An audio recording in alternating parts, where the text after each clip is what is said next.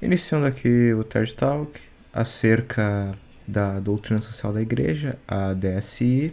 Como muitos já haviam nos pedido anteriormente para entrarmos mais a fundo nesse tema, resolvemos então chamar o Douglas do canal Distributista Cristão e o amigo dele, o Granado, para abordar esse tema tão importante, mas tão esquecido nos meios católicos de internet. Então, Douglas, caso queira, pode se introduzir, por favor.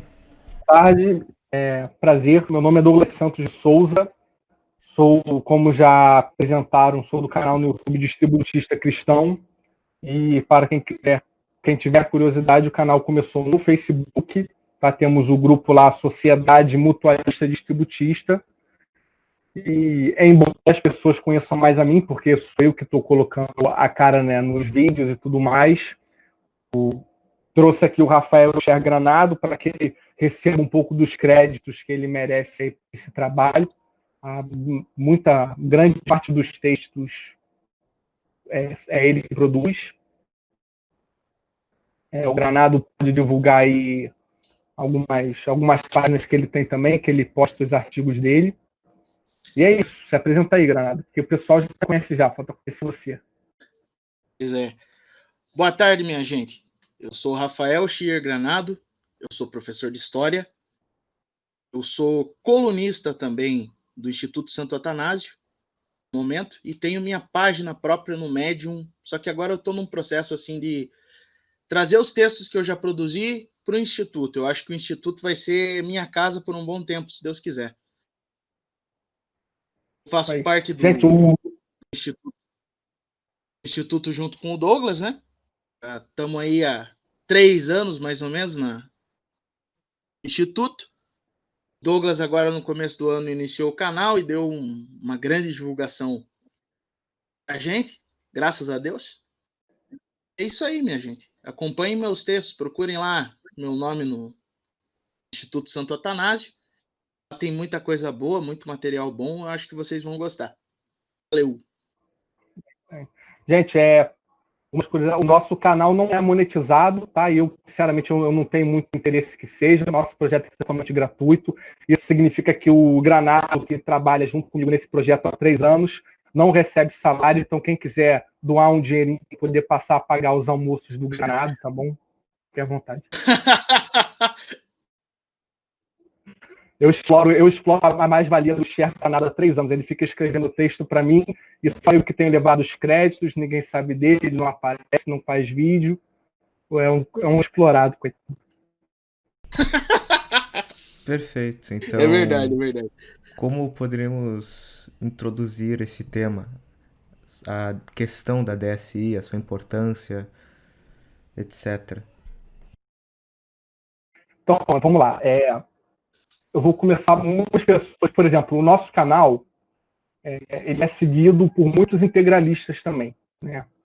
E algumas pessoas têm essas dúvidas, porque tem muitos integralistas no meio, muitos integralistas defendem o distributismo, né? Dizem partir da DSI, da doutrina social da Igreja Católica. Então, assim, o que é exatamente? O começo de tudo é a DSI, né? É a doutrina social da Igreja, junto a várias encíclicas que fundamentam essa perspectiva. Só que da DSI se ramificam algumas interpretações. Então, é natural que existam movimentos dentro da Igreja Católica que se divergem em posições, seja de prática política ou de cosmovisão filosófica ou teológica. Então, o distributismo não é DSI, integralismo, distributismo não é integralismo, tá? Então, primeiro tem a DSI, da DSI surge o integralismo, quer dizer, surge o distributismo, né, que é uma tentativa de propor alguma prática ou alguma interpretação da DSI, e paralelamente também tiveram outros movimentos atualmente anticomunistas e anticapitalistas, como o integralismo.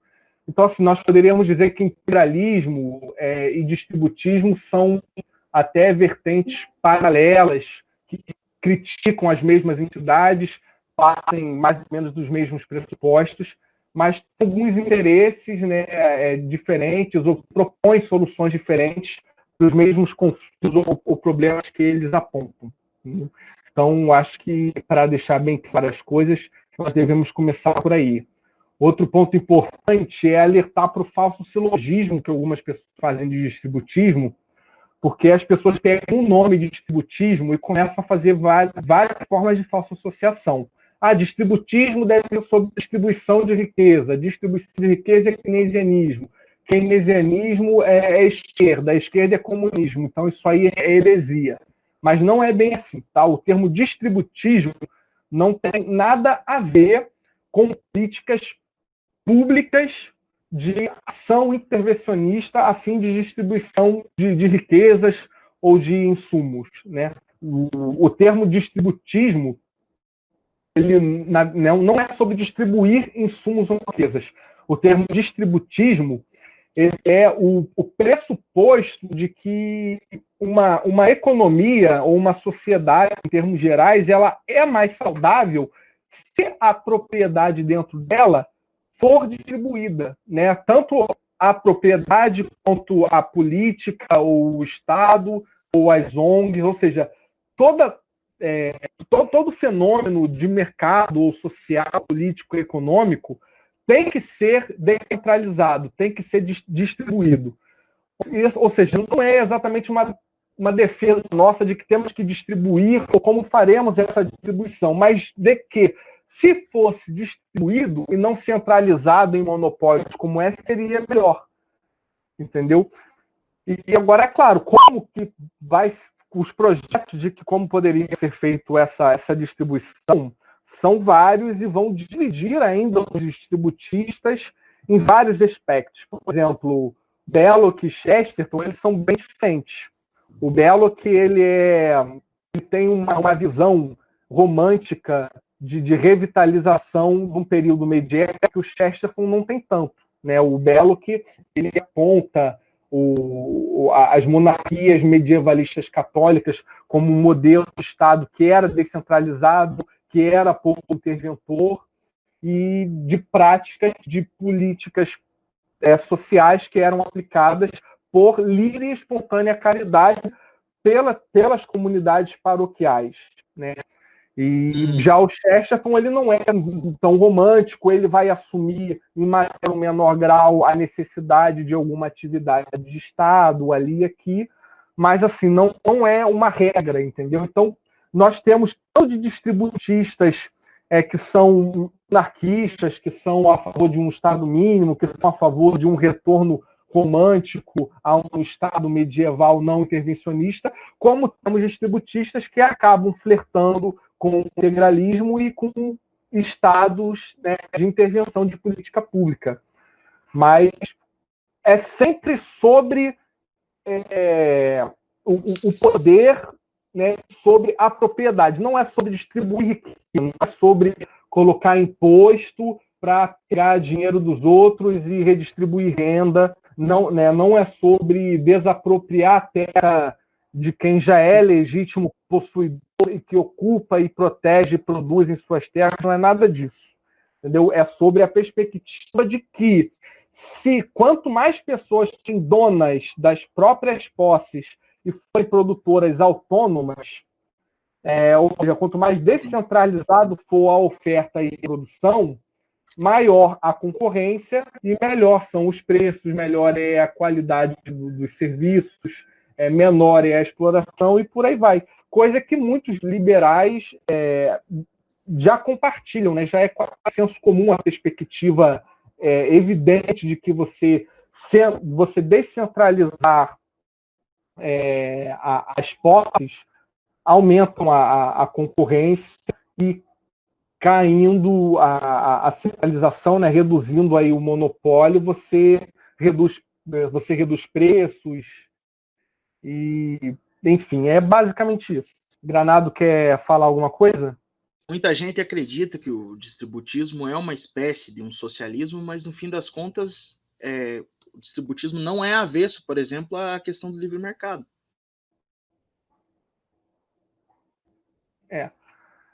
Ou algum de vocês quer comentar, quer perguntar alguma coisa, ou eu sigo? Poderia comentar a necessidade que foi imposta, não é, na época, no contexto, para que a DSI surgisse, não? Afinal, ela teve de surgir em resposta a algo. Questão social? Sim, aos problemas, né, que surgiram após a industrialização, né, às guerras civis, aos movimentos sindicais, né, a guerra. Se a gente for, se a gente for remontar uma origem histórica dessa questão social, a gente pode pegar, por exemplo, o fim ali da questão do medievo e o início, por exemplo, da Idade Moderna, da questão do mercantilismo. A gente vai observar que desde a Idade Antiga e desde a Idade Média, que existem são economias com mercado. Ou seja, o mercado existe, mas ele é uma parte ínfima, ou se não, uma parte menor dentro do cerne econômico, certo? Então a gente vai poder ver um crescimento da influência da questão mercantil, a partir ali do capitalismo mercantil, da transição do feudalismo para a manufatura. A gente vai poder ver o processo, por exemplo, na Inglaterra dos cercamentos, né?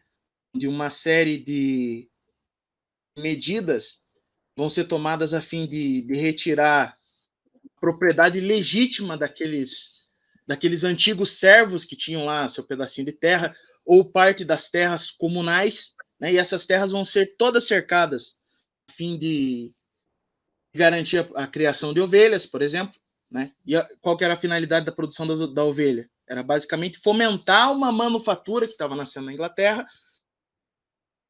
e, bem, que estava produzindo roupa, né? Indústria têxtil. O que acontece? Basicamente, esse pessoal está despossuído, não tem mais nada que lhe pertença, a não ser a própria força de trabalho. Esse pessoal vai acabar tendo que fazer parte lá das oficinas, produzir essas roupas, produzir sapatos, coisas desse tipo. A gente pode tomar também o fenômeno posterior, que é o liberalismo, né? As revoluções liberais, principalmente. A influência que esse liberalismo possui na questão da dissolução dos corpos intermediários. Eu tenho, inclusive, um texto a respeito dos corpos intermediários, acho que vale a pena ser lido. Em especial, eu gostaria de destacar o fim das corporações de ofício, que eram parte fundamental da Idade Média, que prevaleceu por grande parte da Idade Moderna. Eram organizações orgânicas, né, com a finalidade de você proteger o trabalho, proteger o trabalhador, acima de tudo, garantir também a questão da qualidade, da não disparidade absurda de preços, desse tipo, e também inserindo mão de obra nova, sempre revitalizando o processo produtivo, né? Tanto que eles se organizavam lá em aprendiz, oficial e mestre, né? O aprendiz era o cara que estava entrando, o oficial o cara que já tinha alguma habilidade e já começava a receber algum salário por aquilo que ele produzia, e por fim o mestre, que era o cara que dominava a arte e era responsável por ensinar toda a arte da produção para os novos aprendizes que estavam entrando. A gente tem também na lógica liberal a questão herética, que é a noção mecanicista, a questão individualista também, né? Aquela lógica que vem lá do Adam Smith, né? Da questão de que é o individualismo que move a sociedade. Ele tenta, inclusive, buscar uma origem histórica abstrata nessa origem do individualismo, né? Ele busca, por exemplo, nas sociedades mais primitivas, dizer que sempre o individualismo é sempre um desejo egoísta que vai motivar o indivíduo a lucrar, a barganhar, a fazer comércio, coisas desse tipo. Mas é justamente o contrário. Se você for observar essas comunidades, as mais antigas, as mais primitivas possíveis, você vai ver que não é uma relação de lucro, mas sempre uma relação de cooperação e de redistribuição, né? Outra lógica do liberalismo, a gente pode tomar separação do Estado e Igreja. Vai ser um processo que começa aqui nesse momento, né, das revoluções liberais e vai se perpetuar até o que a gente tem hoje. Mais questão do confisco de terras da Igreja, que já começa, por exemplo, com a Revolução Anglicana, né, com a criação da Igreja Anglicana. E essa vai ser uma questão que vai contribuir para uma concentração fundiária, ou seja, muito mais terras na mão de poucas pessoas. E quando chega a Revolução Industrial, essa Revolução Industrial somente agrava todos esses fenômenos que estão acontecendo já desde a Idade Moderna. Vai continuar existindo um êxodo rural, uma consequente dissolução das comunidades que existiam, do pessoal que se conhecia em prol de uma grande metrópole. As grandes metrópoles vão começar a surgir, a dissolução das vizinhanças. A gente vai ter também a questão da ausência de direitos trabalhistas, né? As longas jornadas de trabalho, insalubridade, insegurança, toda essa questão, como uma tentativa de resposta a essa questão social que surge, que é o que fazer com esse pessoal que antes tinha uma propriedade, agora não mais tem. Surge, por exemplo, o socialismo, que é tão condenável pelas encíclicas papais, quanto pelo distributismo. Quer seguir? Quer falar mais alguma coisa, Douglas? Eu quero apontar, se vocês prestarem atenção no que o Granado está falando, ele está apontando como capitalismo, fica interessante para a gente ser um pouco mais analítico aqui, falar um pouco mais de filosofia da linguagem, etc., para apontar uma coisa essencial. Muitos debates pela internet ocorrem por causa de um problema de linguagem.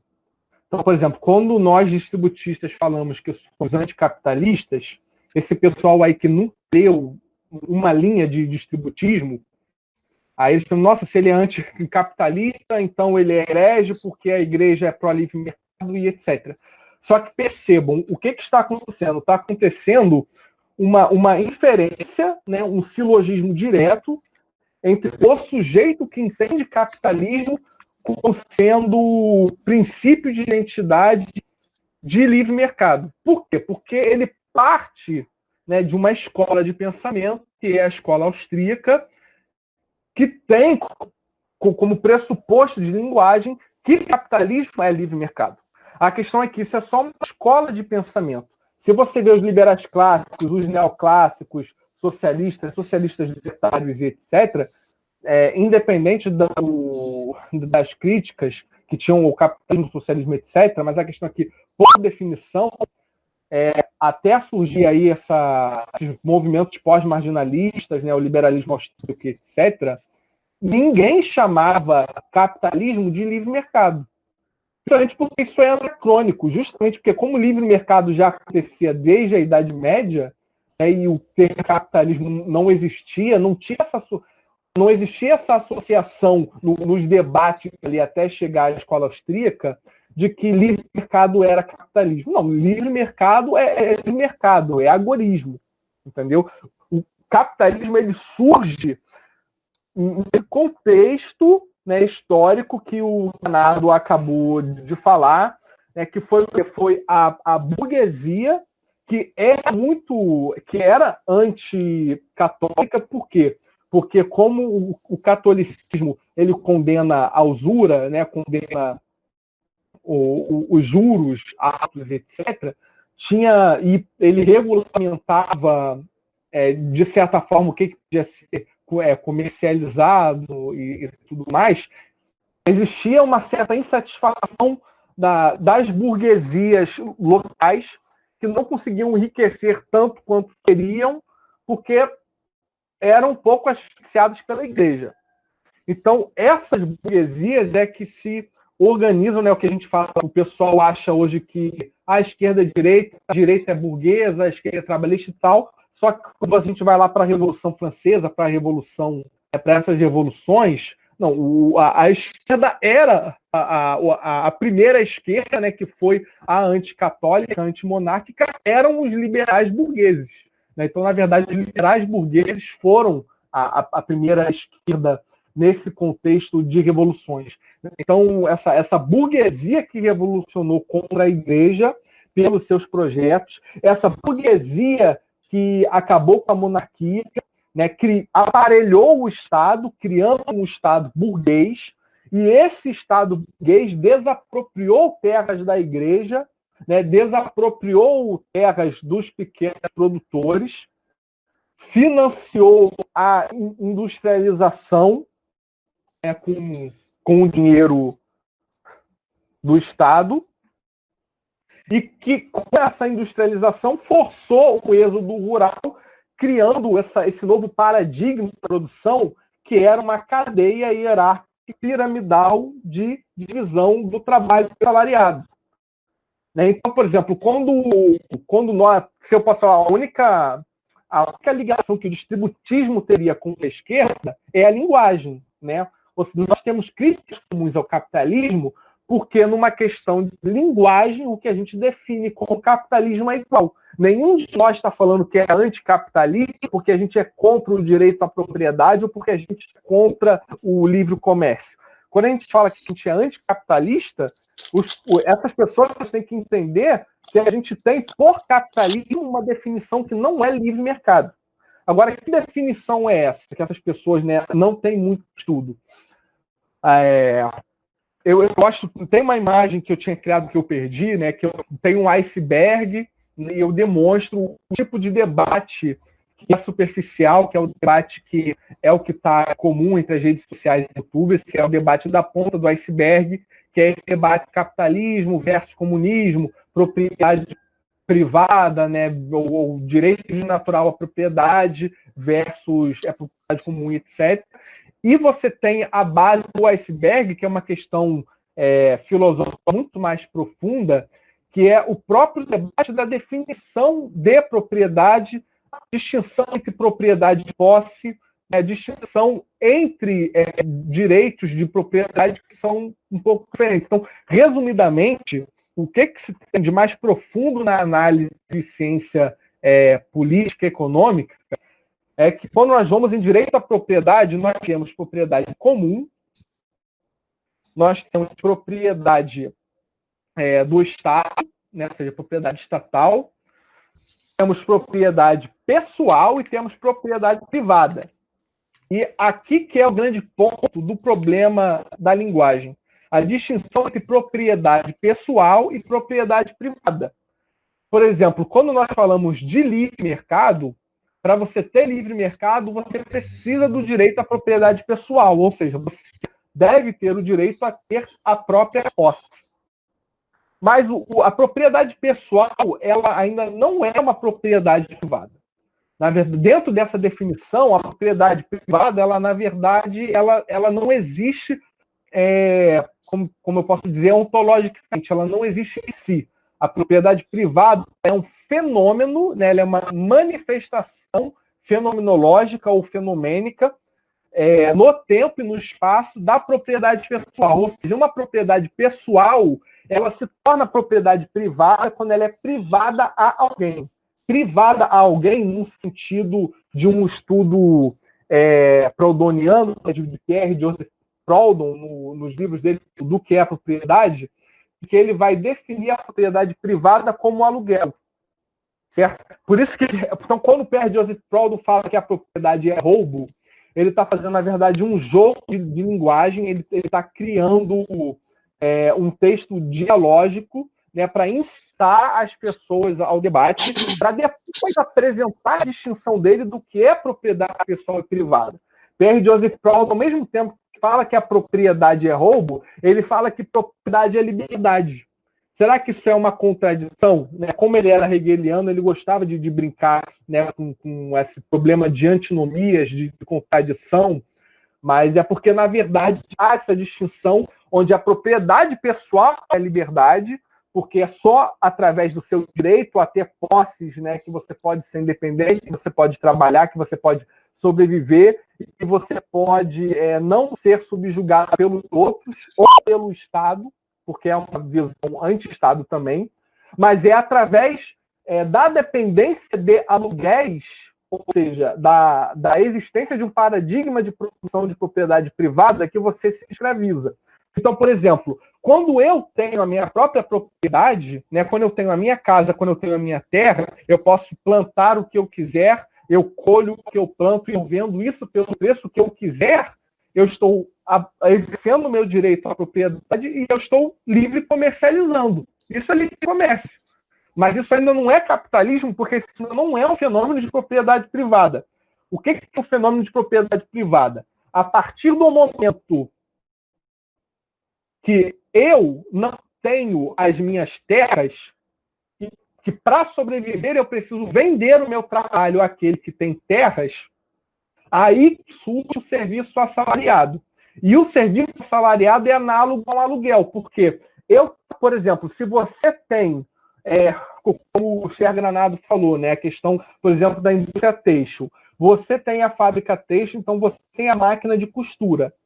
Você ter a máquina de costura e me contratar a costurar para você 8 horas por dia para me dar um salário, sei lá, de R$400, quando, na verdade, você vende em peças de roupa que eu costurei para você R$2.000, é análogo a você falar que você me aluga essa máquina a R$400. Então, eu te dou R$400, pego essa sua máquina de costura, né, e costura, etc. Então, o serviço assalariado ele vira análogo ao aluguel. Então, tanto no que se chama de rentismo, né, ou seja, os juros, o rentismo, os aluguéis, a propriedade privada, que se manifesta no serviço assalariado, é aí que a gente diz que é a propriedade privada. Por quê? Porque se tem gente precisando se assalariar, se tem gente precisando vender o seu trabalho para produzir para quem tem meio de produção, é porque essa pessoa é privada dos próprios meios de produção. Entendeu? Então, o termo propriedade privada ele surgiu contextualmente durante a Revolução Industrial por isso. Porque você tinha pessoas que tinham as próprias terras, que foram desapropriadas, e agora, como elas são privadas do acesso ao próprio meio de produção, elas precisam se assalariar aos outros, aqueles que têm essas propriedades e as privam desse acesso. Então, elas precisam pagar para alugar esse meio de produção, ou elas vendem a sua força de trabalho como um serviço assalariado. Então, quando a gente fala que a gente é contra o capitalismo, a gente não é contra o livre mercado, porque a gente entende que o livre mercado, né, ou seja, numa definição agorista, ele é uma manifestação, né, de acesso à própria posse, ou seja, a disseminação do direito à propriedade pessoal. Então, quando todas as pessoas têm direito à própria propriedade e elas são as próprias produtoras, elas não precisam se assalariar a ninguém, nem alugar propriedade de ninguém. Então, se não há necessidade de se assalariar ou de alugar propriedade, não existe capitalismo, porque não existe divisão hierárquica, né, do trabalho a partir do serviço assalariado. Né? Então, por exemplo, quando eles falam o cristianismo tem que ser capitalista porque tinha livre comércio na época de Jesus e Jesus era a favor, etc. Só que você pega Jesus ou todos os outros que existiam lá, eram o quê? Você tinha Jesus, que era carpinteiro, ou seu pai, você tinha pessoas que tinham a própria bancada de carpintaria, elas aplicavam o próprio trabalho, né? Eles faziam marcenaria, faziam carpintaria e vendiam os próprios móveis que construíam com o próprio trabalho. Jesus não alugava a bancada dele de carpintaria. Jesus não contratava ninguém para ser assalariado, entendeu? Tanto que, por exemplo, Jesus falava, não dê o peixe, dê a vara, né, para as pessoas serem independentes. Então, isso é distributismo. Jesus está falando que cada pessoa precisa ter a própria vara e ser o próprio pescador, pescar o próprio trabalho e lucrar, né, 100% do fruto do próprio trabalho. Então, a economia de mercado que tinha na época de Jesus era uma economia agorista baseada na propriedade pessoal. Os carpinteiros, os pescadores, etc., eram pessoas que, dispostas da própria ferramenta de trabalho, aplicavam a sua força de trabalho e lucravam 100% fruto da aplicação de seu trabalho ao seu meio de produção. Não tinha rentismo, não tinha empréstimo, não tinha aluguel e não tinha serviço assalariado. Então não era capitalismo, entendeu? Então quando a gente fala que o distributismo é contra o capitalismo, a gente é essencialmente a favor do livre mercado, e para o livre mercado ser o mais justo e o mais acessível possível, precisa de uma quantidade cada vez maior de pessoas com acesso ao próprio meio de produção. Então, a gente quer justamente, né, ou seja, a gente não quer restringir o direito à propriedade, a gente não quer a centralização do Estado. Pelo contrário, a gente quer a descentralização desse direito à propriedade. A gente quer que, conforme quanto mais pessoas têm acesso à própria propriedade pessoal, você manifeste um mercado que cada vez menos pessoas precisem se assalariar ou alugar, ou pedir empréstimo, e etc. A nossa crítica ao capitalismo é isso. Há um fenômeno histórico que surge de um Estado essencialmente burguês que desapropriou o terra da igreja, que desapropriou o pequeno agricultor para criar monopólios e forçar uma migração pendular. Então, basicamente é isso. Diferente, uma coisa diferente do que muita gente possa pensar, a questão da Revolução Industrial, ela não se dá de forma voluntária ou de forma espontânea, como esse pessoal gosta tanto de dizer. A Revolução Industrial, ela depende de um sem número de ações do Estado, tanto na questão estruturante dessa revolução, ou seja, desde a questão de, por exemplo, garantir uma infraestrutura para que essas fábricas existam, mas, ao mesmo tempo, também ela precisa de mecanismos fundamentais que protejam essa lógica industrial acontecer. Ou seja, está tendo lá um motim de trabalhadores, é preciso sempre que o Estado proteja o dono do meio de produção. Né? Por exemplo, você vai ver lá o caso dos quebradores de máquina, caso inglês. Qual que foi a punição que esses caras tomaram? A maioria deles foi enforcada. Só que era condenado, que era julgado por ter quebrado as máquinas, eles pagavam com a vida. Também no sentido de garantir, por exemplo, leis trabalhistas para você proteger essa lógica industrial, mas também para garantir também um pouco mais de emprego. Isso é um fenômeno que o Hilaire Belloc vai chamar de Estado Servil. Ou seja, é esse conjunto de legislação positiva, mas ela é positiva sempre para o lado do dono do meio de produção.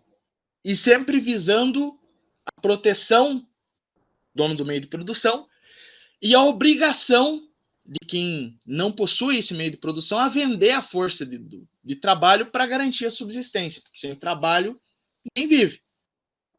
Então a gente vai ver aqui no Brasil, por exemplo, leis como a lei da vadiagem. Vou contar até um caso um pouco anedótico.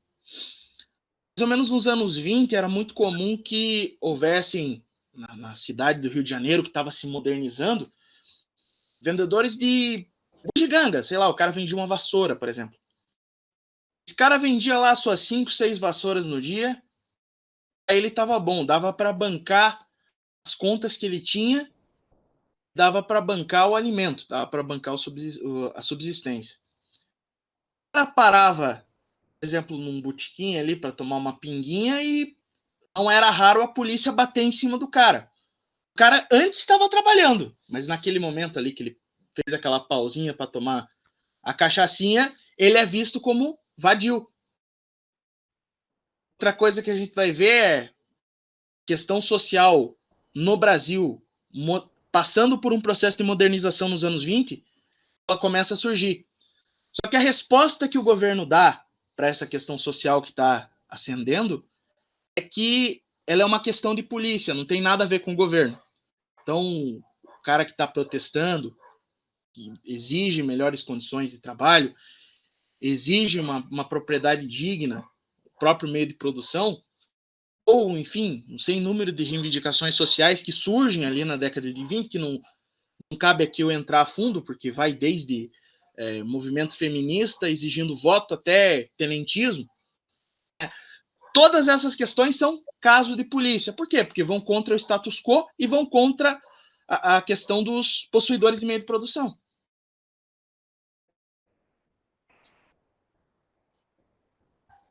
Pois é. Uma coisa importante, opa, quer falar? Pode falar. Não, eu só queria... Eu sou o André, já participo aqui bastante vezes, sou do Salve Roma, né?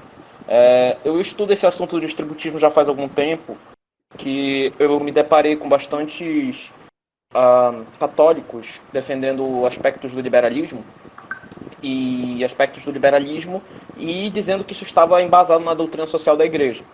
Assim como eu também me deparei com alguns defendendo coisas que são claramente comunistas, por exemplo, uma intervenção massiva do Estado, que também diziam que era baseado na doutrina social da igreja. Então eu fiquei espantado. Então eu comecei a aprofundar e tive contato com essa ideia. Eu queria só primeiro fazer um apontamento sobre as suas falas, depois levantar uma questão.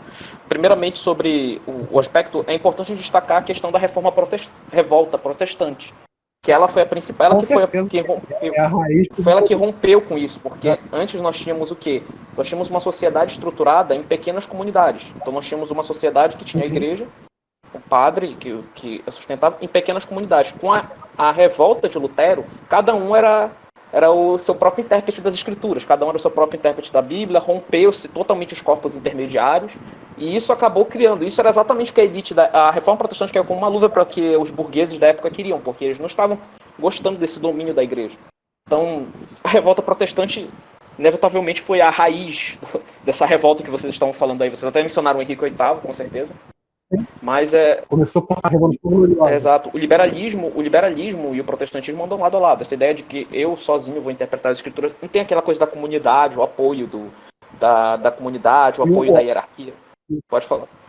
O liberalismo foi o maior inflador do Estado. Esse novo Estado que surge com o liberalismo, né, era muito maior, muito mais interventor e com uma carga tributária muito maior, jamais visto entre as monarquias católicas medievais. Exato. E eu gostaria de... pode falar. Eu posso citar também aquilo que Max Weber fala na Ética Protestante. Primeiro que o luteranismo é responsável por uma noção secularizada de vocação, ou seja, a vocação num período medieval era somente a do matrimônio e a sacerdotal, né? Agora o luteranismo dá uma guinada para uma vocação no sentido trabalhista, né? Você tem vocação para ser marceneiro, você tem vocação para ser agricultor. Coisas nesse sentido começam a surgir. A outra é a questão do próprio calvinismo, né? Da questão da doutrina da salvação, dos predestinados. No sentido de você não tem uma certeza absoluta de que você vai ser um dos predestinados ao céu, mas Deus te dá algumas pistas. Quais são essas pistas? Basicamente, a questão do sucesso nos negócios, a questão do acúmulo de capital. Toda essa lógica agora mais racionalista, mais voltada para uma lógica nova de um capitalismo mercantil e futuramente industrial, começa a se surgir graças a essa base da ética protestante. Aquilo que o Max Weber vai colocar. Exato. E interessante que tem páginas no Facebook ligadas a Chesterton, administradas por um certo protestante que é ligado ao calvinismo. E ele acha isso normal. Ele acha que pode se ligar Chesterton com o calvinismo. Nunca teve coisa tão oposta quanto a teoria que Chesterton propõe e a teoria derivada da predestinação calvinista. É muito absurdo isso. Mas enfim, Sobre a questão do que eu queria também levantar, é que eu acho que a questão principal que nós estamos enfrentando aqui, quando nós tratamos do capitalismo com o distributivismo, é a questão que é a seguinte: o capitalismo conjectura uma ideia de que eu vender o meu trabalho para o outro seria muito mais produtivo do que eu produzir por mim, entende? Essa que seria a questão que o capitalismo propõe. Essa questão não necessariamente seria herética, né? Os papas sempre regulamentaram o capitalismo para que não tivesse abusos, né? Abusos do poder. Mas a questão é a seguinte: a pergunta que eu faço é o seguinte: como responder a isso? Por que eu trabalhar por mim seria melhor do que eu vender a minha força de trabalho? Que melhoras nós teríamos para o distributivismo? E a outra pergunta: como aplicar isso na sociedade atual? Era isso que eu queria perguntar. Beleza, perfeito. Eu já ia entrar nesse ponto. Nós vemos muitos liberais, né, o capitalista de qualquer gênero, ter esse argumento de que o capitalismo, por exemplo, solucionou o problema da fome muito melhor que o comunismo, etc., porque supostamente na Idade Média as pessoas morriam de fome, porque a produção independente rural era muito pequena e só graças à industrialização e à centralização de terra, né, dado ao paradigma de produção capitalista, permitiu uma produção massiva, jamais vista, de alimentos, etc., que solucionou o problema da fome, reduziu preços, as coisas são mais acessíveis, etc. A questão é que é muito reducionista a gente tratar da qualidade da vida humana com uma questão puramente material, como o PIB, né, como o preço do produto ou como a quantidade de demanda. E é até engraçado alguns cristãos usarem esse tipo de argumento, porque ao mesmo tempo que os cristãos criticam o materialismo, eles não percebem que reduzirem essa perspectiva socioeconômica a simplesmente o que levou o maior PIB ou o melhor custo ou preço também é uma questão de um materialismo vulgar e muito reducionista. E o resto? E a relação familiar? Né? E o tempo que você tem com a sua família, etc. O que acontece durante a industrialização? A migração pendular, né, é um dos maiores pontos da crítica aqui. O cara que ele tinha a própria terra, e ou seja, ele era independente, né? Ele não tinha que prestar conta, serviço ou de trabalho a ninguém, ele arava a própria terra, os filhos ajudavam, ele estudava a hora que quiser, trabalhava a hora que quiser, etc. Talvez ele tivesse acesso a um acesso muito menor a alguns outros produtos do que ele tem hoje. Talvez a filha dele comesse menos, talvez não tivesse acesso a alimento. A questão é que hoje, o cara que mora em um lugar onde não tem parque industrial, onde não tem emprego, ele vai ter que ele vai ficar 3 horas no trânsito infernal até chegar ao centro do trabalho, vai trabalhar 8, 10 horas, vai ter mais 3 horas para voltar para casa, ou seja, ele perde 6 horas do dia dele só em trânsito, né? Isso gera um estresse, isso gera um trabalho emocional e problemas psicossomáticos muito grandes. Há provas científicas de que isso aumenta câncer e vários outros problemas psicossomáticos. Ele fica menos tempo perto da família dele. E outra coisa, muitas famílias hoje, elas estão sobrevivendo, né? Ou seja, elas trabalham 8 horas por dia, basicamente só para conseguir almoçar e pagar aluguel. E isso com a mulher trabalhando junto. Então, a família moderna é o cara, né? Ou seja, essa ilusão, esse sonho feminista da mulher independente, dela também ter o próprio emprego e etc. Eu não critico a mulher que queira isso. É legal ver mulheres engenheiras, mulheres médicas, como independentes, etc. Mas de uma perspectiva familiar, o que acontece? Hoje você tem o pai e a mãe que trabalham 10 horas por dia chegam em casa só para dormir. Esse filho, a educação dele fica nas mãos de quem? A educação dele vai ter que ficar nas mãos do Estado. Ou seja, ele vai ser doutrinado da forma que o Estado quiser. Os pais não conseguem ser presentes porque os dois pais precisam trabalhar, ou eles têm que contratar uma empregada, né, um empregado, e que a gente sabe que isso não é a realidade da maior parte do brasileiro proletariado, não pode pagar empregada, e se puder pagar também é uma empregada que você não sabe que valores que ela ensina é para o seu filho, entendeu? Então, você cria um problema de estresse emocional, de crescimento de depressão, de crescimento de crise, de ansiedade, famílias desestruturadas. A quantidade de divórcios que temos, a quantidade de filhos que odeiam os pais e são revolucionários, revoltadinhos. Né? Antigamente, durante a Idade Média, quando você tinha a mãe em casa, cuidando dos filhos, educando os filhos, ensinando valores, etc., você tinha, né, e apesar de você ter uma divisão nítida de papel de gênero, onde o pai trabalhava e a mãe educava os filhos, eles não estavam numa realidade muito distante, porque o pai trabalhava, tipo, a mulher estava em casa educando o filho e ela olhava pela janela e ela via o pai tirando o leite da vaca, entendeu? Colhendo ovo lá do galinheiro ou arando a terra e etc. A mulher provavelmente ajudava ele. A própria redução do tamanho das famílias também, Douglas. Exatamente. Então, quer dizer, sim, entendeu? O pai e a mulher trabalhavam junto, a família era maior, você tinha família de 8 filhos, entendeu? Com uma criação cristã presente junto à igreja muito maior.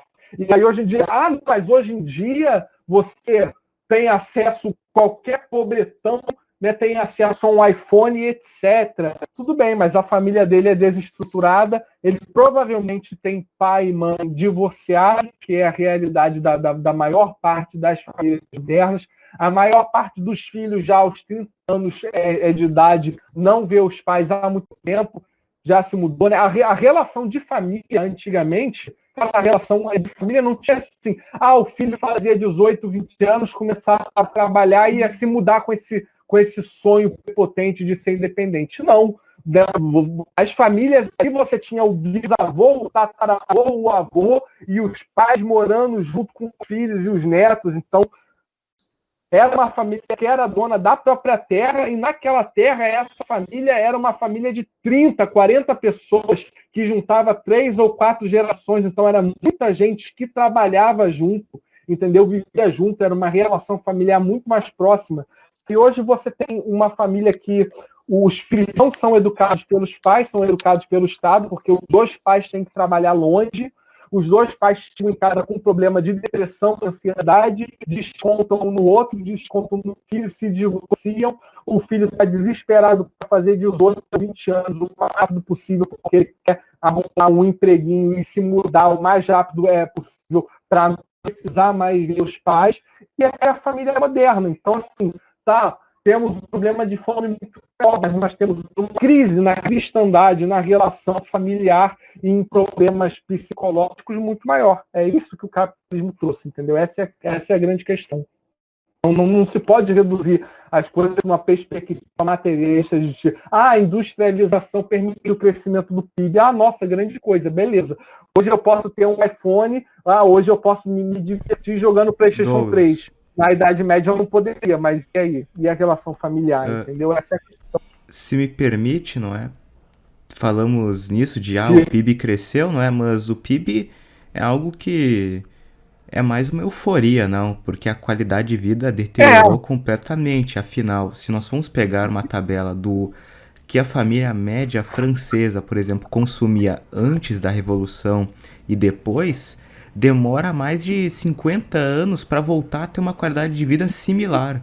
Porque em média, eles consumiam antes da Revolução 5 refeições, todas com carne, não é? Que é grande coisa, não, afinal, não é? Carne já demonstra que tinha uma qualidade, não eram somente refeições simples. E depois não chegava nem a 2. Claramente, não. Outra coisa que a gente precisa falar, o Granado falou de uma coisa essencial da Idade Média, né, do medievo católico, dessa economia rigorista e descentralizada, que era a organização das corporações de ofício, né, ou seja, vulgarmente chamadas aí de guildas medievais. Tem alguns sujeitos, eu acho engraçado uma incoerência. O Paulo Cogos, por exemplo, ele cita a Escandinávia, né, sei lá, algum país aí medieval, como se fosse um exemplo de que o anarcocapitalismo já existiu. E, ao mesmo tempo, eu já vi ele falando contra as guildas medievais, que as guildas medievais eram o proto-sindicalismo, era o proto-socialismo e etc., que sindicato é coisa socialista tal. Mas é completamente coerente. Tipo, é verdade. Que são a origem da maçonaria, hein? Origem da maçonaria também. Ele falou que era a origem da maçonaria.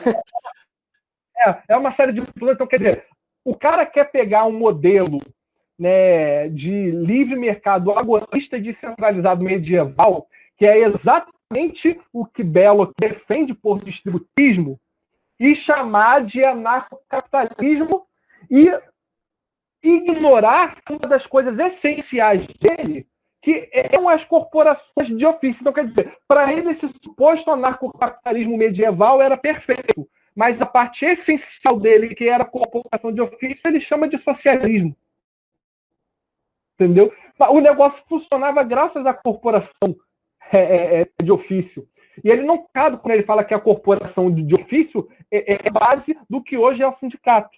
Mas é justamente pela economia católica, por milênios de um medievo riquíssimo, ter sido baseado numa corporação de ofício, que é o sindicalismo da época, que justifica muito bem, entendeu, que a perspectiva econômica católica ela pode ser sindical. É justamente ele tenta falar que o sindicalismo não é católico, que é marxista, etc., e louva como suposto anarcocapitalismo medievo católico, mas o que fez o medievo católico ser, né, ter sido o que foi, foram as corporações de ofício. E se são elas que deram origem ao sindicato, então, muito pelo contrário, justifica muito bem nós católicos defendemos a livre organização de trabalhadores em questões sindicais. Né? Aí o Paulo Cogos ele tenta falar dessa economia livre, etc., mas ele ignora uma coisa. A economia era livre, o Estado era pouco intervencionista, mas isso funcionava por quê? Porque, como nós já falamos, a propriedade era descentralizada, existia muita propriedade comum, tá? Terras da igreja eram propriedades comuns, você tinha terras da igreja com hortas comunitárias, então você tinha muitas famílias ali que plantavam e colhiam e dependiam das terras da igreja, então elas sobreviviam dentro da estrutura de terras. Dentro da estrutura do feudo também tinha lá as terras comunais que serviam para o pessoal colher frutos, coisas desse tipo, também ajudavam na subsistência. Pois é, então no que o devaneio ele acha ter sido a maravilha do anarcocapitalismo medieval, era na verdade um mercado agorista, não tinha serviço assalariado, não tinha proprietário privado, né, como eu já falei aqui pela nossa definição, eram posses pessoais, e ainda assim tinha organização de propriedades comunais, de propriedade comum, e funcionava porque a igreja fazia todo tipo de serviço comunitário ou de assistencialismo ou de distribuição, que hoje, infelizmente, é o que o Estado faz, mas se o Estado ele está precisando fazer essas políticas públicas hoje, é justamente porque esse capitalismo desapropriou a igreja e lesionou a igreja ao ponto de que ela não pode mais suprir essas necessidades. Naquela época, né, quem cuidava dos doentes, as freiras, né, elas tinham conhecimento em herbologia, em medicina, em sutura, etc. Né? Elas eram as parideiras, elas eram as freiras ali nas igrejas que realizavam o parto, que cuidavam dos doentes, etc. Ou seja, a igreja ela era um serviço hospitalar público. Entendeu? Era a igreja que ia e alimentava com doações aqueles que eram desabrigados, que não tinham as próprias posses, etc. Então, a igreja tinha uma função pública muito importante. O capitalismo lesionou, e ainda tem, né? O capitalismo lesionou a igreja, né? A Revolução Industrial Inglesa protestante desapropriou, confiscou as terras da igreja, e é óbvio, agora como a igreja não tem mais tantas terras, não tem mais tanto poder político quanto tinha, e veja bem, a igreja, mesmo hoje, não tendo o poder que tinha para conseguir fazer políticas públicas, ela hoje ainda é a maior instituição de caridade do mundo. Imagina se ela tivesse as terras e a liberdade de ação social que ela tinha antes. Entendeu? Então, quer dizer, se hoje o Estado é inflado, se hoje as pessoas precisam desesperadamente militar por uma assistência social por intermédio de política estatal, é justamente porque foi esse liberalismo que trocou a igreja pelo Estado. Entendeu? Todas essas políticas que os liberais odeiam da igreja era a igreja que fazia. E no final a coisa acaba sendo redundante, porque é meio redundante você, o imposto é muito grande, o imposto é roubo, que não sei o que, tem que acabar com o Estado e etc. Mas se você acaba com o Estado, você precisa depender da ação voluntária, né, das comunidades paroquiais, de fazer todo tipo de serviço público que hoje é o Estado que faz. Então, se você tem a igreja como organização pública de fazer estradas, de fazer hospital de atendimento médico e etc., você vai ter uma necessidade de expansão do dízimo, né? Ou seja, de doar dinheiro para a igreja, tão grande quanto você tem de dar imposto para o Estado hoje. Então, a coisa acaba sendo meio redundante. Outra coisa que o Sherrod falou, ele falou, né? Os liberais, eles trouxeram esse argumento de que a economia cresce por causa do egoísmo, por causa da livre, né, da concorrência, etc.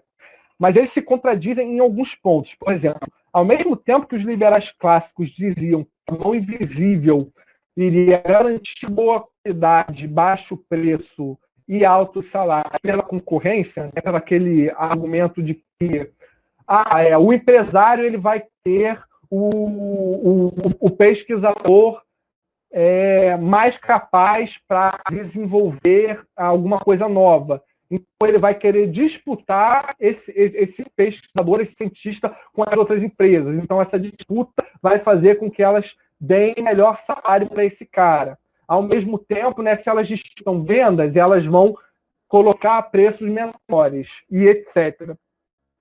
Então, isso é um bom argumento até.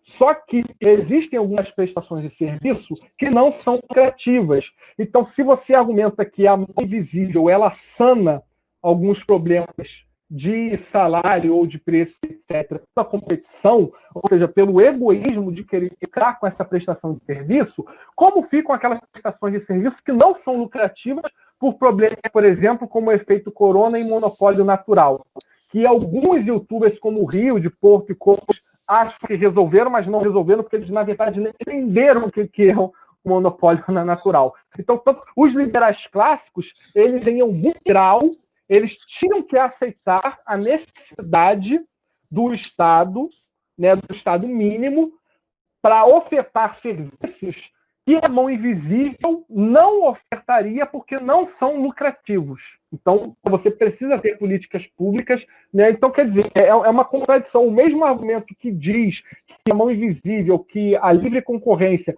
que um mercado, né? Ou seja, agora em termos de praxeologia, né? De Mises, que eles tanto gostam, um mercado baseado por uma telos, né? Ou seja, por uma vontade da ação humana quase que imperativa para o próprio benefício, isso pode justificar algumas coisas, mas, ao mesmo tempo, se você tem um mercado em que todo mundo age pelo próprio benefício, você não vai ter ninguém agindo em serviços sociais necessários que não são lucrativos.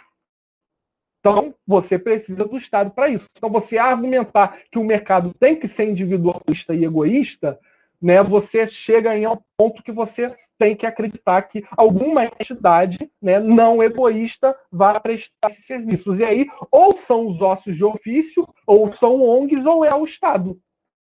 Entendeu? O que me parece é que essa galera tem uma visão muito como se a humanidade estivesse num estado pré-adâmico, sabe? Como se não existisse o pecado original.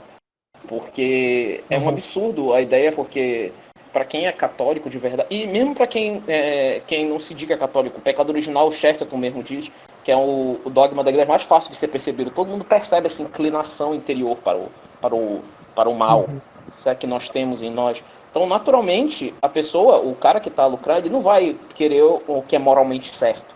Ele vai querer o que dá mais lucro. Posso citar aqui como exemplo o caso da IF, que o Cogos passa um pano bonito para a indústria pornográfica. A indústria pornográfica é uma das mais lucrativas do mundo. E é imoral. E ela vai continuar lucrando, mesmo sendo imoral. Ela não vai deixar de existir. Mas ela é imoral e se mantém. Então... Pois é. Um ponto interessante também, por exemplo, o Paulo, eu lembro, teve uma discussão que ele teve comigo. Eu estava falando sobre essa questão, né, como que o livre mercado iria prestar serviços que não são lucrativos, como, por exemplo, serviços que têm problemas como efeito carona, né, como estradas ou iluminação pública, etc.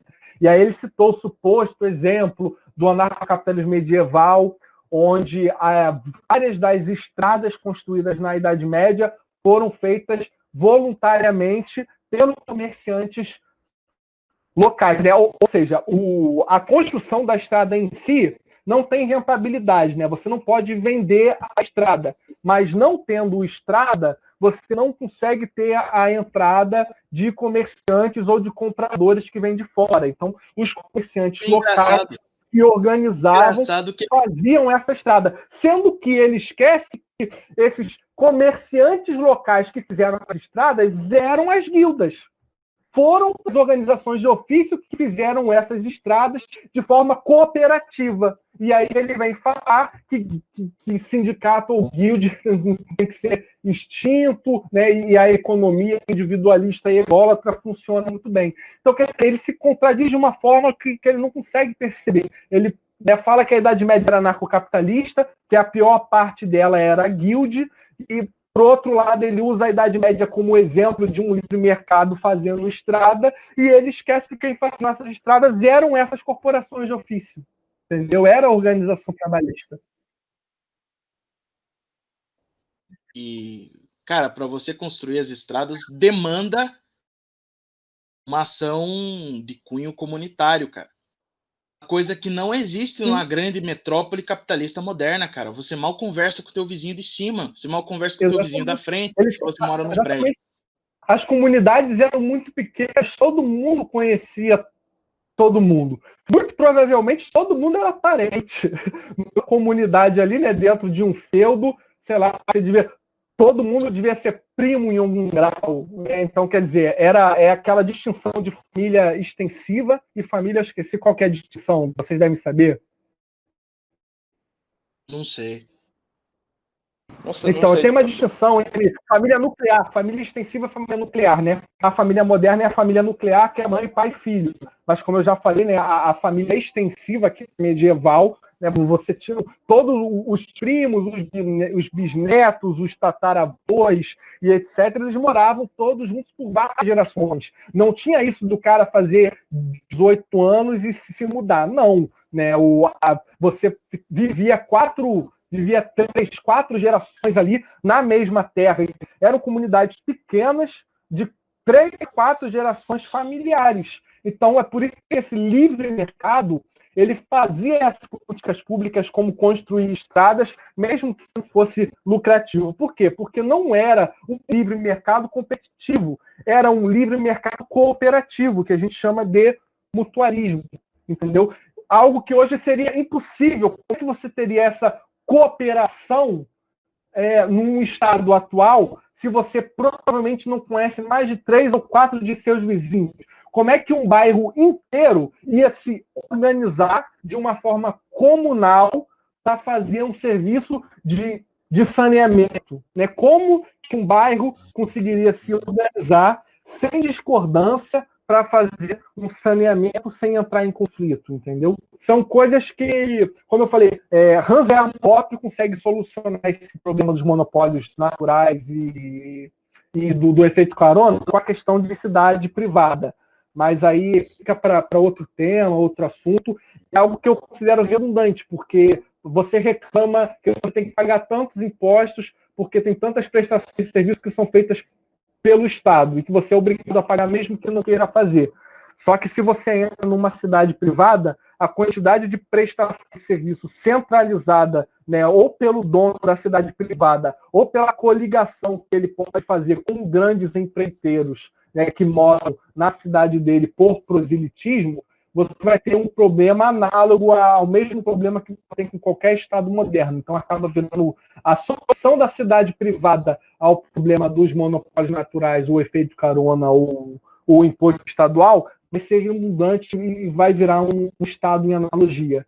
Né? Então, basicamente... Outra coisa que eu quero comentar, quem tem tomado algumas iniciativas no sentido de ser contra essa atomização do indivíduo moderno e no sentido de uma integração comunitária, é justamente o que? O governo do estado, cara, é prefeitura fazendo lá aquelas iniciativas de bairro, festa de bairro, coisas desse tipo, cara. Pois é.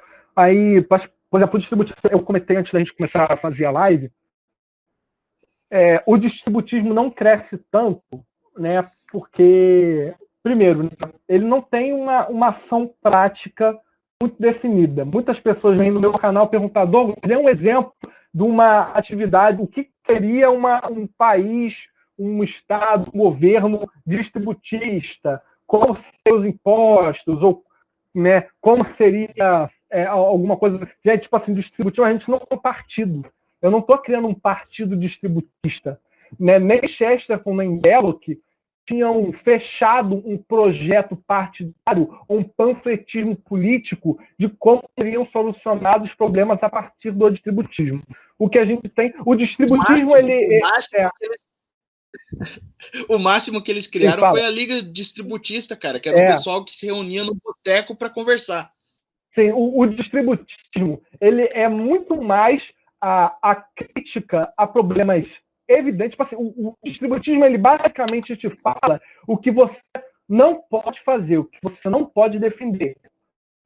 Quantas coisas que você pode defender, que são aquelas que sobram do que você não pode defender, aí fica a critério de cada um. Entendeu? Então, por exemplo, a minha ideia de distributismo, eu acho, por exemplo, a igreja, né, eu acho que primeiro a gente tem que, para além do assunto se tem que ter Estado ou não, eu não sou necessariamente contra uma redução gradual do Estado, né? Se eu entrar num possível ponto anarquista, eu só sou contra brutalismo, agorismo, né, revolução radical para derrubar o Estado imediato, eu não sou. Mas eu acho que perspectivas gradualistas e fatalísticas dentro do escopo libertário são possíveis.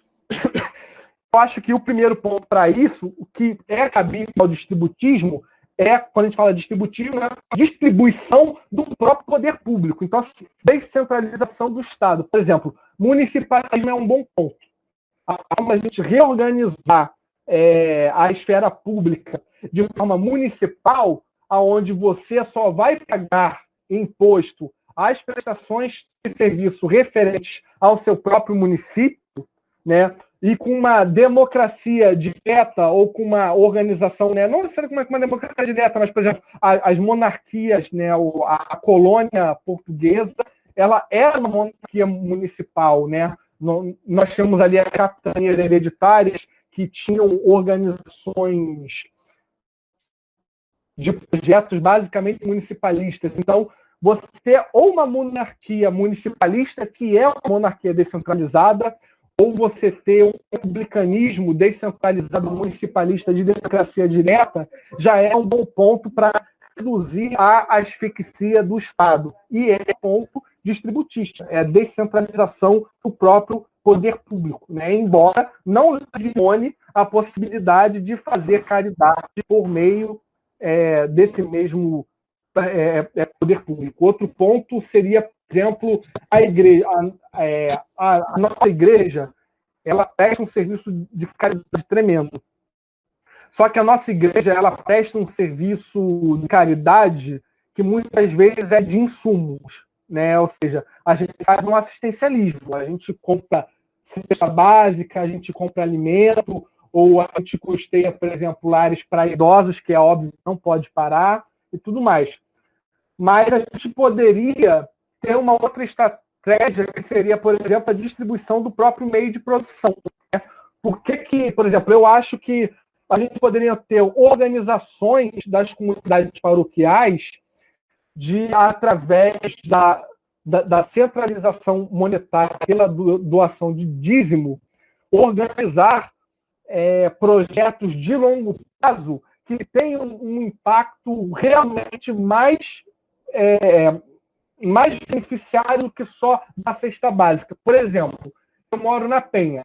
A paróquia católica da Penha, ela basicamente sustenta os mendigos do bairro. A rua em frente à paróquia tem 5 ou 6 mendigos, né, que dependem da gente estar doando cesta básica, etc.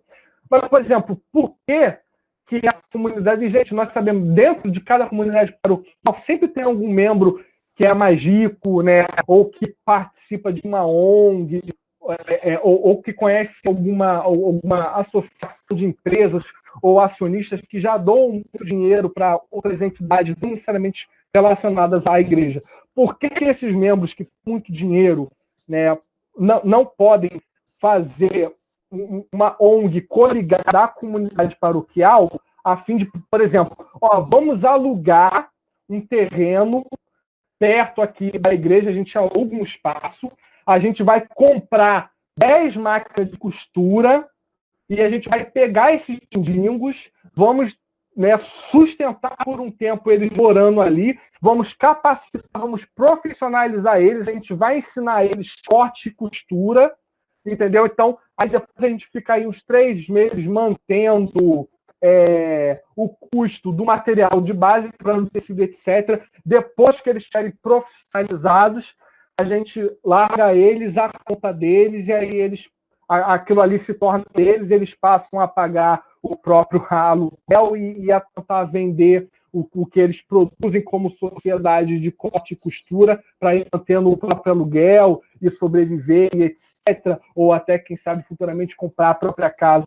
e etc. Entendeu? Então, assim, essa é a ideia, entendeu? Tentar fazer a igreja participando mais de projetos de capacitação técnica, de capacitação de trabalho de base, né, para poder tornar as pessoas independentes. Não adianta a igreja sustentar o mesmo mendigo por 60 anos, dando um prato de quentinha para ele todo dia, quando a igreja poderia, em uma única década, entendeu, capacitar um monte de gente que não tem capacitação a ter aí a própria máquina, entendeu? A própria máquina de costura ou de algum outro serviço de base e passar a ser independente. Então, essa é a ideia do distributismo. Então, percebe, se o Paulo Cogos ou outros libertários acham que o distributismo é heresia porque é Estado, não tem nada a ver com o Estado. A questão é que a gente defende a descentralização da produção. E a descentralização da produção precisa ser feita pela emancipação de indivíduos ao próprio meio de produção. Então, a gente quer distribuir meio de produção. Não precisa ser pelo Estado. Só que você não pode ser cínico de falar, eu sou contra o Estado. Aí você vai e derruba o Estado e depois toda aquela prestação de serviço público que era feita pelo Estado fica a ver navios e você tem uma crise social. Então, você quer ser contra o Estado? Beleza, mas se você quer ser contra o Estado, você não pode ser cínico e você precisa aceitar as comunidades paroquiais, ou seja, a ação caritativa direta das comunidades paroquiais vai precisar ser tão extensiva e tão grande quanto o que o Estado fazia antes. Então, você vai precisar ter uma nova organização da igreja para fazer a distribuição de terras ou de propriedade que hoje supostamente tem que ser do Estado. Entendeu? Por exemplo, tem um latifúndio aí abandonado. Né? Porque será que a igreja consegue centralizar recursos a partir da caridade, a partir da doação, para comprar terras leiloadas. Tem uma terra em leilão. Por que a igreja não vai? A igreja vai, compra essa terra que está em leilão, loteia ela e dá ela a famílias produtoras que precisam de terra. Se é para combater a ação revolucionária do MST, que quer desapropriar à força terras abandonadas, então que a igreja e comunidades paroquiais possam comprar lotes de terra e dar esses lotes às famílias que precisam de terra para produzir. Essa é a ideia, entendeu? Não importa se pelo Estado ou pela caridade. A ideia é distribuir a terra em meio de produção. Esse exemplo que o Douglas está dando não é um exemplo abstrato, minha gente. Isso existe e existe, inclusive, no nosso Brasil. Inclusive, lá no nosso Sacro Santo. Banco de microcrédito é um bom exemplo. Bem, mas então, o Sacro Santo Piauí, eu falo assim porque é o estado mais católico no Brasil ainda. Tinha, por exemplo, lá a comunidade do Padre Julião, que a paróquia comprou uma série de um grande terreno, loteou e foi vendendo os pedacinhos, foi parcelando, na verdade, o pagamento dessa terra. E hoje em dia é uma comunidade bem estruturada, sabe? O pessoal divide os lucros, faz ali um pequeno comércio, compartilha com os vizinhos aquilo que obtém, coisas desse tipo, sabe? Outra coisa, o consumo, entendeu?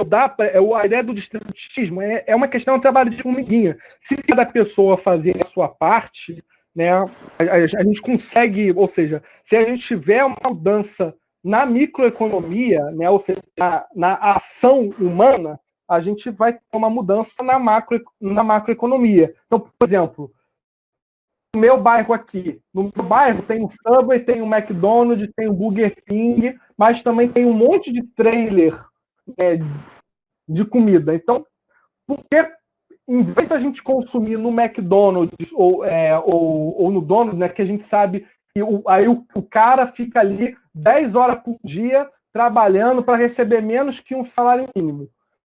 Em vez de consumir nessas indústrias alimentícias que vêm de fora, por que a gente não dá preferência para consumir no pequeno empreendedor? Por que eu não vou lá e eu não dou R$12 num hambúrguer na mão de uma moça que está vendendo hambúrguer, sabendo que os R$12 que eu dou para ela é um lucro que vai ser direto referente ao trabalho dela, em vez de dar para o Bob's, que o cara que está lá 10 horas trabalhando só vai ter retorno de 30% do que ele de fato produziu.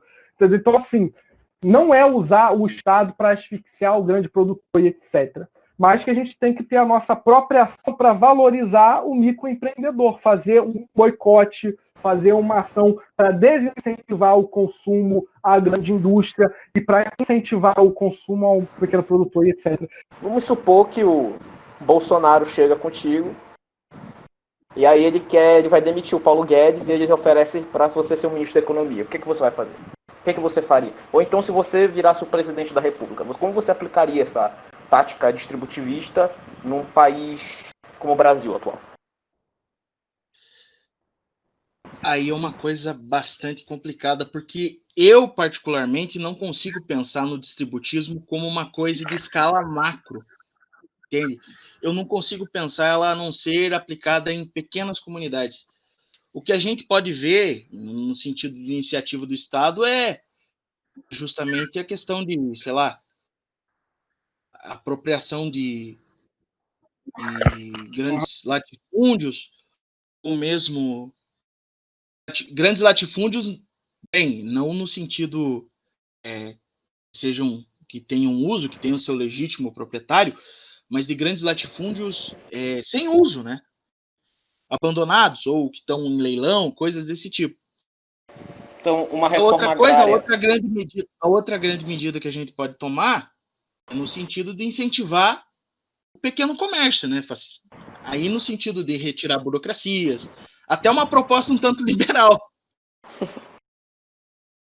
Então, uma reforma agrária, você acha que seria viável? Mas uma reforma agrária pegando essas terras assim improdutivas utilizadas pelo Estado?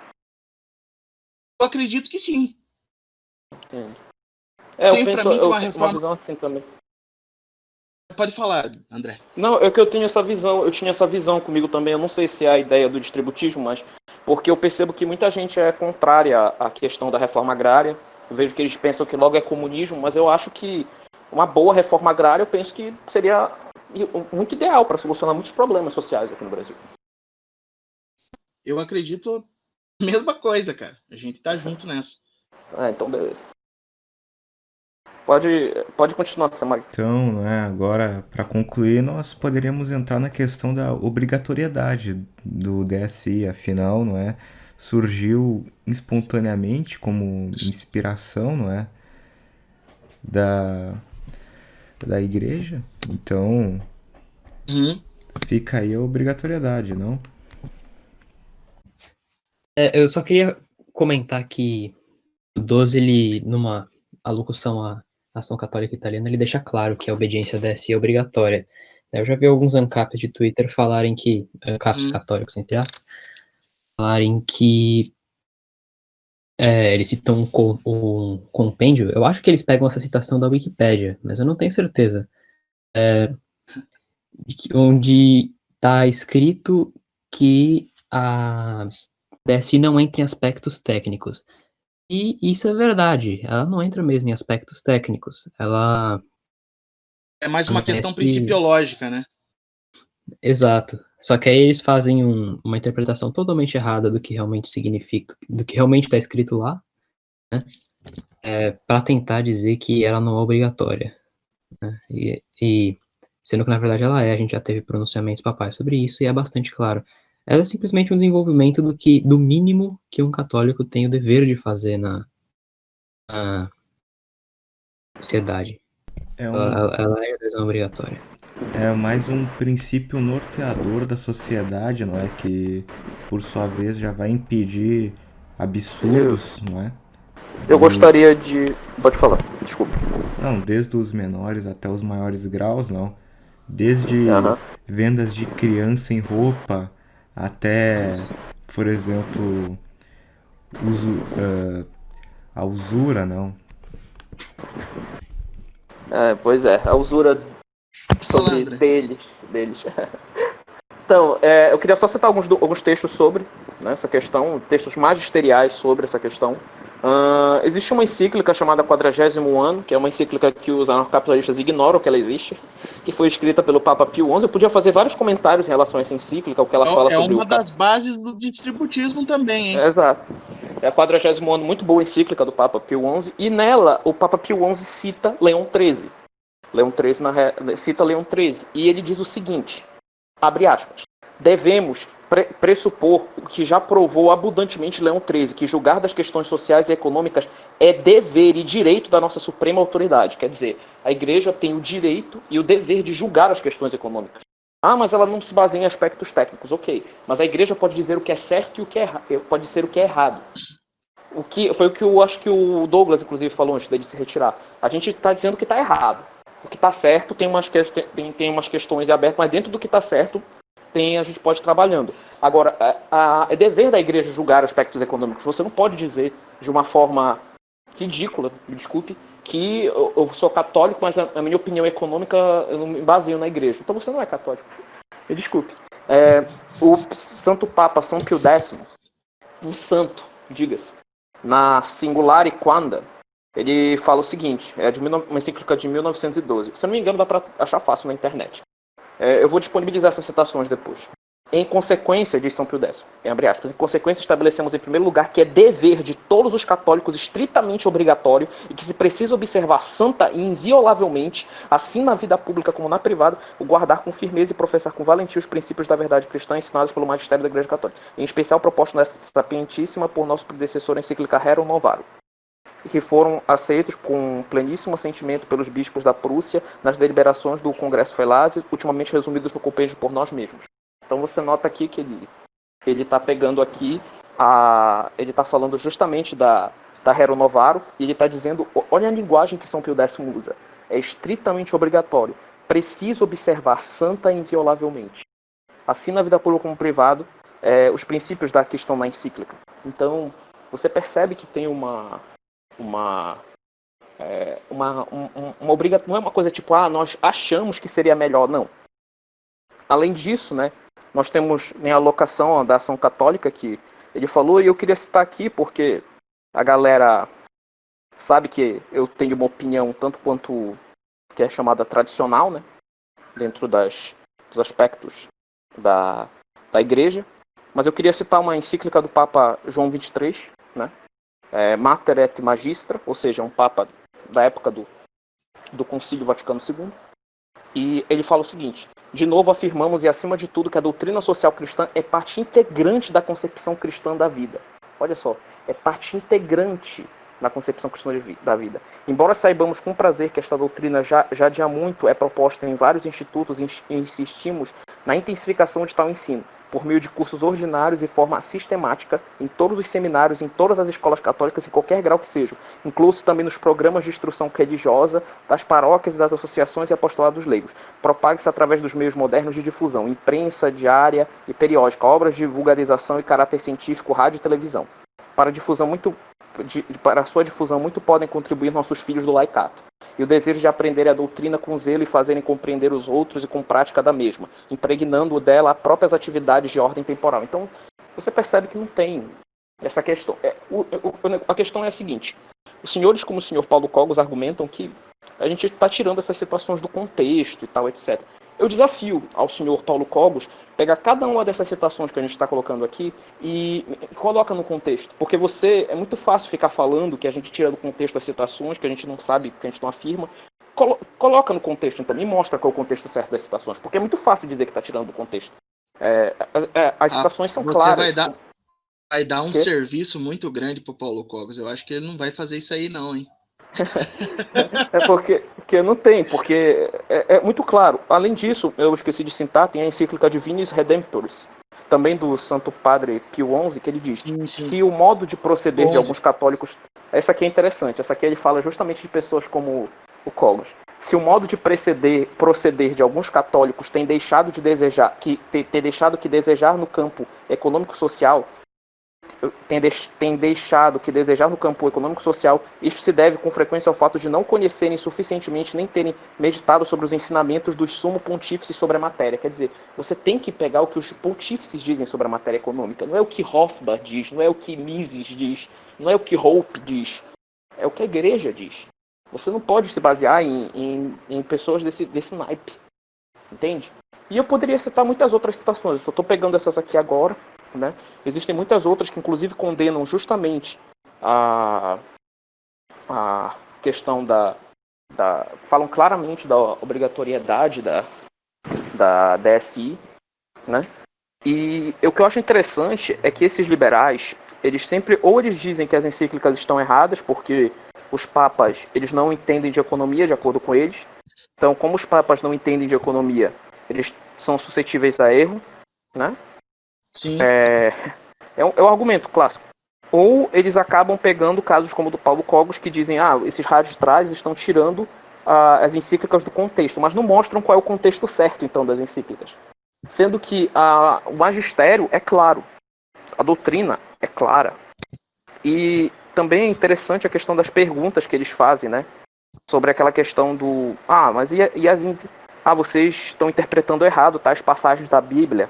Por exemplo, aquela passagem dos impostos, sabe? Dai a César o que é de César e dai a Deus o que é de Deus. Eles interpretam essa passagem de uma forma totalmente forçada, parece protestante interpretando. A pergunta que não quer calar: como é que os papas interpretaram essa passagem? Como é que os santos interpretaram essa passagem? Não é como o Paulo Cogos interpreta essa passagem, não. Eu quero saber como os santos interpretavam essa passagem. Porque o Concílio Vaticano I, ele é claro. O consenso dos santos padres é infalível. Como os santos interpretaram essa passagem? Como eles interpretaram? Segundo, o contexto da frase. O que Jesus quis realmente dizer com aquilo? O que bons padres atualmente falam sobre essa passagem? Essa é a pergunta que não quer calar. Então, percebe-se que essa galera está totalmente... É uma alienação política. Eu recentemente estava tendo um estudo sobre da questão do ser, né? Que a pessoa tem uma necessidade de ter uma afirmação do seu ser na realidade. Então, a política acaba preenchendo isso, né? Porque ela mexe com as paixões, ela atrai muitas paixões, então ela faz com que o indivíduo afirme seu ser e corresponda às suas paixões. Então, ele acaba indo direto para a política. Então, eu percebo que esses liberais, né, esses anarcocapitalistas, eles acabam sendo levados pelas paixões e aderindo a essa tese que parece uma coisa simples, e por isso acabam aderindo a ela e contrariando o que diz a igreja. Então, era isso que eu queria destacar. Nesse sentido, eu vou muito com aquilo que o jurista, o Miguel Ailson, fala lá no Constituição Cristã dos Estados. Ele diz que a doutrina social, mais do que analisar a questão social, ela tem que ser questão principiológica do cristão. Ela, além de ser uma doutrina social, ela precisa ser necessariamente uma doutrina política do católico. E qual que é a necessidade justamente dessa doutrina social? Além de ser uma crítica ao mundo moderno, às transformações, às coisas novas, né, que é o nome Rerum Novarum, que estão surgindo, então, mais do que um questionamento do mundo moderno, ela vem para ser a mostrar para os cristãos formas de você solucionar todo esse problema que o mundo moderno trouxe. A gente não pode se isentar. E o mesmo na Rerum Novarum está lá, a igreja não pode se isentar de todas essas questões sociais que estão surgindo, porque é dever dela dizer o que é certo e o que é errado, já como o André falou. Certo. Então, só uma última questão, né, sobre essa questão da obrigatoriedade da DSI. Essa ideia de que a gente pode ser católico na religião, mas na economia a gente pode escolher uma posição que a igreja não necessariamente o ateísmo aprova. Prático, né? É um ateísmo prático, entendeu? Você trata a religião como sendo uma coisa tipo assim, de acessório. Então, o que importa mesmo é a questão. Eu percebo muito desses anarcocapitalistas que eles seguem muito o que o anarcocapitalismo diz, não o que a igreja diz. Por que você é contra o aborto? Tem muitos motivos para a gente ser contra o aborto. Um dos principais é que você está tirando uma alma de poder ver a visão beatífica. É um crime. O principal é um crime contra Deus. E você está privando a alma de ter uma visão beatífica. Por que o anarcocapitalista é contra o aborto? Ele usa como argumento que não, é um ser humano e você está ferindo o direito à vida dele. Quer dizer, você tira todo o componente. Você tira todo o componente. Teve uma vez, eu vi um rapaz, um senhorzinho aí, eu não vou citar o nome dele aqui, mas é um desses caras da nova direita, e ele estava discutindo sobre a questão de aborto no canal dele, e ele falou que tal pessoa defendia o aborto. E aí ele falou que isso era uma postura que não é muito conservadora. Quer dizer, você é contra o aborto só porque ele não é conservador. Então, quando ele começar a ser conservador, você vai começar a ser a favor do aborto. Quer dizer, se eu viver numa sociedade que desde o início da sociedade, eles aprovavam o aborto, sei lá, uma sociedade pagã. E aí estabeleceu a sociedade, a pessoa conservadora, que quer conservar os costumes, seria que conserva aqui o aborto, por exemplo. Então, nesse sentido, você vai ser a favor? Quer dizer, se eu for contra o comunismo, tá valendo? Quer dizer, uma coisa que não faz sentido. Quer dizer, você está tratando a fé num sentido errado. Você está tratando a fé num sentido totalmente deturpado e que leva fatalmente a um ateísmo. É um espírito de insubordinação. É um espírito totalmente de insubordinação que você não está aceitando o que a própria igreja diz. E eu duvido que se essas pessoas perguntassem a um padre o que ele pensa sobre isso, um bom padre, claro, ele não ia falar esse tipo de coisa para elas. Não mesmo. Gente, posso fazer umas recomendações de livros e de obras para o pessoal? Claro. Para vocês se interarem a respeito da doutrina social da igreja e também do distributismo, vou deixar algumas recomendações para vocês. Algumas são lançadas em português, algumas estão em língua espanhola e, cara, são livros bastante raros, então você vai achar só em PDF. Outras foram lançamentos recentes, alguns lançamentos mais antigos, enfim. Doutrina social da igreja, cara, não adianta. Você vai ter que ler o compêndio e as encíclicas. As encíclicas são facilmente encontradas lá no site do Vaticano. Então, só não ter preguiça, quem não gosta de ler online, imprime e vamos nessa. As obras que eu gostaria de citar para vocês a respeito do distributismo, a gente tem em primeiro lugar o Hilaire Belloc, que é o pai do distributismo. a obra fundante daquilo que a gente propôs aqui, que é o Estado Servil. Ele tem também algumas obras traduzidas em língua espanhola, mas você acha o PDF por aí. A restauração da propriedade, no original é La Restauración de la Propiedad, e a gente tem também o Igreja Católica e o Princípio da Propriedade Privada, que é a Igreja Católica e o Princípio da Propriedade Privada. A gente tem também Chesterton. O Chesterton é um tanto mais popular já que o Hilaire Belloc, então os dois livros que eu considero principais, assim, primeiro para entender a questão das transformações do mundo moderno e depois uma questão propositiva, o que há de errado com o mundo, né, o livro de 1910 do Chesterton, e o Esboço da Sanidade, que é um clássico. Os dois estão lançados em língua portuguesa pela editora Eclésia, se não me engano. A gente tem também um livro de um autor americano que vai bater pesado na questão do liberalismo econômico e também trazer uma proposta do distributismo, que é o William T. Cavanaugh. O nome do livro dele é Ser Consumidos. Esse livro não está lançado em português, não foi lançado em português, mas se você importar da Espanha, você acha fácil. Não é um livro tão caro, ele custa lá uns 15 euros, uma coisa assim, só que hoje em dia para importar tá complicado. A gente tem também um livro que foi lançado lá na década de 80, de um cara chamado E.F. Schumacher. Igual o corredor lá, igual o piloto de Fórmula 1. O nome do livro é O Negócio é Ser Pequeno. Você acha lá na estante virtual, não é um livro tão caro. Na época que eu comprei, estava lá uns R$20. O título original dele é O Pequeno é Belo, mas traduziram aqui O Negócio é Ser Pequeno. Sei lá por quê. E a gente tem também autor brasileiro Gustavo Corsão, Três Alqueires e uma Vaca. Também tem o Amoroso Lima, só que eu, sinceramente, não li muita coisa do Amoroso Lima para fazer uma recomendação, mas o Amoroso Lima tem, sim, uma inspiração no distributismo do Chesterton. Para finalizar, a gente tem um livro de um cara chamado Stephen Long. O nome do livro é Divina Economia. Também é um livro espanhol. Esse aqui é um livro um tanto mais caro. Ele vai abordar questões desde lá da Idade Média, questões de preço justo e tal, até trazer noções a respeito da economia moderna, também com a visão distributista. Muito bom. Então, algo mais ou poderíamos já finalizar? Acho que pode encerrar. Se vocês quiserem colocar mais alguma coisa, da minha parte a gente pode encerrar. Então, tudo bem.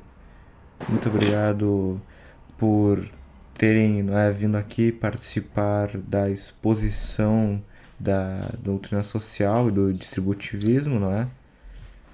Então, gostaria de agradecer a todos, tanto ao Douglas como ao Rafael Granado, não? Que É isso, minha gente. Disponham. Precisando, estamos às ordens. tudo bem. E é claro, né, ao André, que já é participante recorrente. Então, Pois é. muito obrigado a todos que assistiram e até a próxima.